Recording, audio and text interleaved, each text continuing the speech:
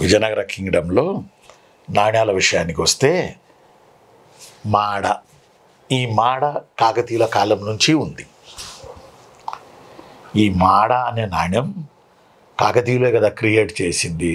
ఆ రోజు మనం చెప్పుకున్నాం, కాకతీయులు క్రియేట్ చేశారు మాడ అనే నాణ్యాన్ని అని మనం ఆ రోజు చెప్పుకున్నాం. మాడ కంటిన్యూ అయ్యింది. ఇక్కడ రాస్తాను చూడండి, వీటిలో ఏదో ఒకటి అడిగి ఇవేంటి అంటాడు. మాడ, గద్యాణం, వరాహం. మాడ నోట్ చేసుకోండి. మాడ, గద్యాణం, వరాహం, పెగోడ,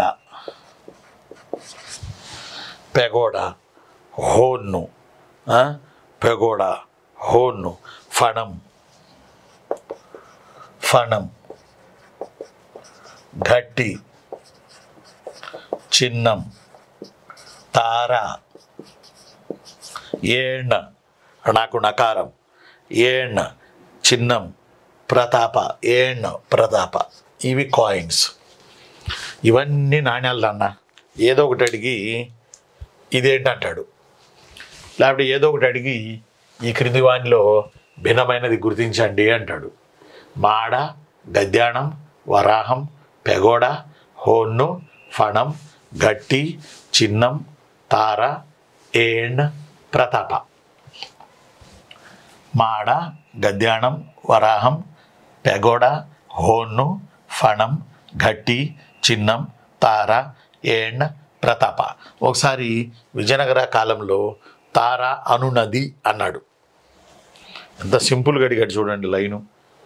అర్థం అట్లా మనం అర్థం చేసుకునేటట్లుగా తార అనునది ఏమిటి అన్నాడు. తార అంటే మనం ఆకాశంలో తార అనుకుంటాం. తార అంటే మనం ఆకాశంలో తార అనుకుంటామేమో. తార అంటే నాణ్యం పేరు. ఇప్పుడు వీనిలో మాడ, గద్యాణం, వరాహం వరకు బంగారు నాణ్యాలు. మాడ, గద్యాణం, వరాహ వరకు బంగారు నాణ్యాలు.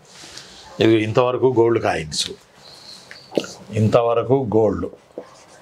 ఇవన్నీ కూడా లో వాల్యుబుల్ మెటల్, ఎల్విఎం, లో వాల్యుబుల్ మెటల్తో చేయబడ్డాయి. పెగోడ, హోన్ను, ఫణం, తార, చిన్నం, ఏణ్, గట్టి, ప్రతాప. ఇవి నాణ్యాలు అని మీరు గుర్తుంచుకోవడమే ఇక్కడ గ్రేట్నెస్.